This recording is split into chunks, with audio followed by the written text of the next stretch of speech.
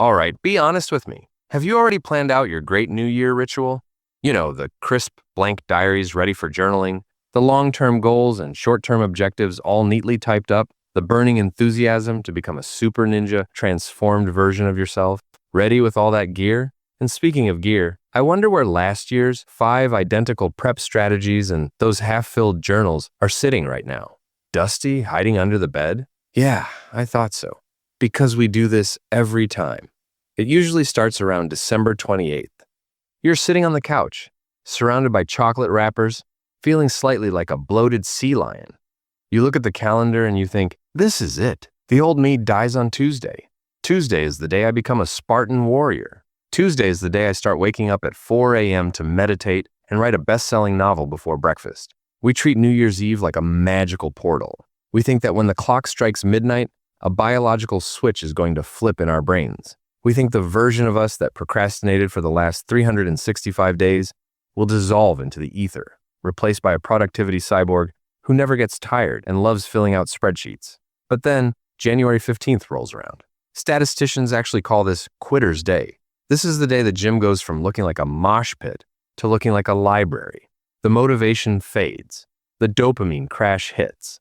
And suddenly, that new you looks suspiciously like the old you, just with a more expensive gym membership you're now too embarrassed to cancel. So why does this happen every single year? It is not because you are lazy. It is not because you lack discipline. And it is certainly not because you need another motivational video with dramatic violin music. You fail because you're trying to build a skyscraper on a swamp. You're trying to change your results without changing your operating system. You're treating New Year like a lottery ticket, hoping you just get lucky this time, instead of treating it like an architectural project. If you are tired of the loop, if you are tired of the January hype and the February regret, you're in the right place. We are going to fix this, not with hype, but with science. Today we are breaking down the integrated blueprint. We are going to look at the 3 pillars that actually dictate human behavior: identity, systems, and the most underrated one of all, solitude. I'm going to give you a 90-day protocol, a literal instruction manual for your brain. So grab a coffee or your green juice if you are already ahead of the curve, and let's build your new year. Pillar 1, identity, the operating system. Let's start with the invisible force that runs your life, your identity. Most people set outcome goals. They say things like, I want to lose 20 pounds or I want to make 100 grand. The problem with outcome goals is that they are external. They are things you get. They are not who you are. There is a concept in psychology called cognitive dissonance. Basically, your brain hates it when your actions do not match your beliefs. It is physically painful for your brain to act in a way that contradicts how you see yourself. If you view yourself as a lazy person who loves pizza, but you try to go on a strict diet, you're fighting a war against your own subconscious. You might win for a week. You might win for 2 weeks. But eventually, your brain will say, hey, wait a minute. We are the pizza guy. What are we doing eating this kale? This is suspicious. And it will self-sabotage to get you back to your baseline. James Clear, the author of Atomic Habits, talks about this beautifully. He says, true behavior change is identity change. So for this coming year, we are not setting resolutions. We are setting identity anchors. The science behind this is fascinating. Your brain is a prediction machine. It is constantly looking for evidence to confirm what it already believes. This is called confirmation bias. Usually this works against us. If you think you are awkward, your brain will highlight every time you stutter and ignore every time you are charming. But we can hack this. We can weaponize confirmation bias for our benefit. We do this using something I call the evidence method. You cannot just stand in front of the mirror and chant, I am a millionaire, if you have $5 in your bank account. Your brain knows you are lying. Affirmations without evidence are just delusions. You need to give your brain proof. Here is the strategy. First, choose the identity you want. Let's say you want to be a writer. Second, ask yourself, what is the smallest possible action a writer would take? A writer writes. So your goal is not to write a book. Your goal is to write 1 sentence. When you write that 1 sentence, you have cast a vote for your new identity. You have given your brain a piece of evidence. You can say to yourself, look, I wrote, therefore I am a writer. It sounds silly, right? It sounds too small. But biologically, this is huge. You are rewiring your neural pathways. You are creating a new feedback loop.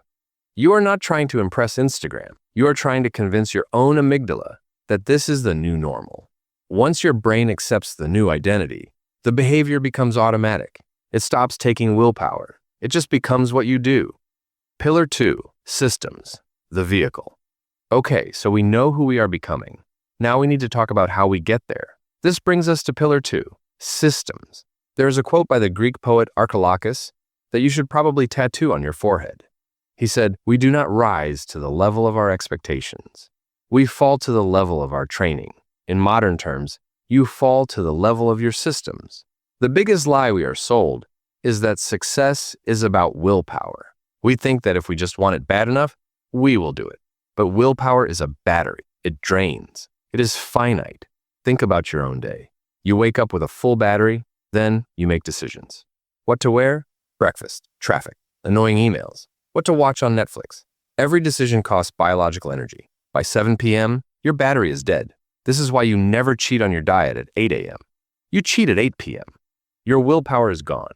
If your New Year's strategy relies on you trying hard every day, you have already failed. We need to build systems that make trying obsolete. We need to become architects of our environment. The core principle here is friction design. Human beings follow the law of least effort. We are biologically wired to conserve energy. It is an evolutionary survival mechanism. If we can get the same reward with less effort, we will take the easier path every single time. So here's the rule. Increase friction for bad habits. Decrease friction for good habits. Another crucial part of systems is what researchers call implementation intentions. Most people make vague plans like, "I'll work out more." Studies show that vague plans fail. You need a specific formula. "I will do this at this time, in this location." Don't say, "I'll study Spanish." Say, "I will study Spanish at 6 p.m. at my kitchen table." When you do this, you are taking the decision-making process out of the equation. You do not have to decide if you are going to do it. The time and place act as a trigger. I want you to look at your life like a factory. Where are the bottlenecks? Where is the friction? If you want to eat healthy, do not rely on resisting Uber Eats when you are starving at 6 p.m. Meal prep on Sunday so that heating up a healthy meal is faster than ordering a pizza. Speed wins. Stop trying to be the CEO of your life, making high-level decisions all day. Start being the factory worker who just follows the protocol you built when you were smart. Pillar 3, solitude, the fuel. We have identity. We have systems. Now we need the fuel. And this is going to be the most controversial part of the video because I am going to ask you to do something that feels terrifying. I'm going to ask you to be bored. But here's the science. When you are constantly processing input, your brain is in reactive mode. You're just responding to stimuli. You cannot think deep thoughts when you are reacting to cat videos. You need to access the default mode network. This is a network in the brain that activates when you are not focusing on the outside world. If you want to unleash this new year, you need to reclaim your attention. You cannot design a life if you are constantly consuming someone else's. So, here's the strategy. It is called input deprivation. I want you to schedule blocks of time where you consume absolutely nothing. No music, no podcasts, no reading. Just you and the world. The most powerful version of this is the untethered walk. Once a week, leave your phone at home. Yes, completely at home. Go for a 30-minute walk. The first 10 minutes will be painful. Your brain will scream for dopamine. You will feel phantom vibrations in your pocket. You will feel anxious. That anxiety is just withdrawal. Push through it.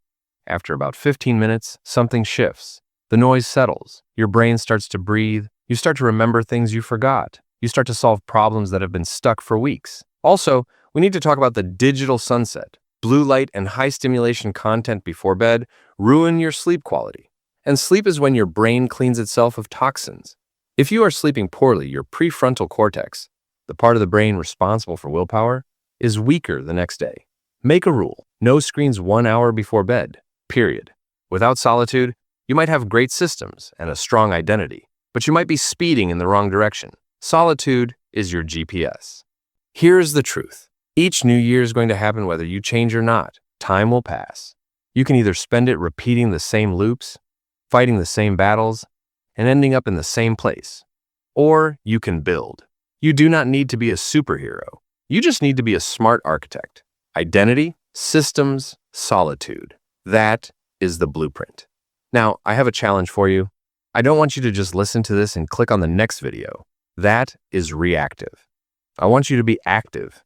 In the comments below, I want you to declare your identity. Don't write what you want to get. Write who you are becoming. Write, I am an athlete. Write, I am a writer. Write, I am a focused student. Put it into the world. Let's look back at these comments in a year and see how far we have come.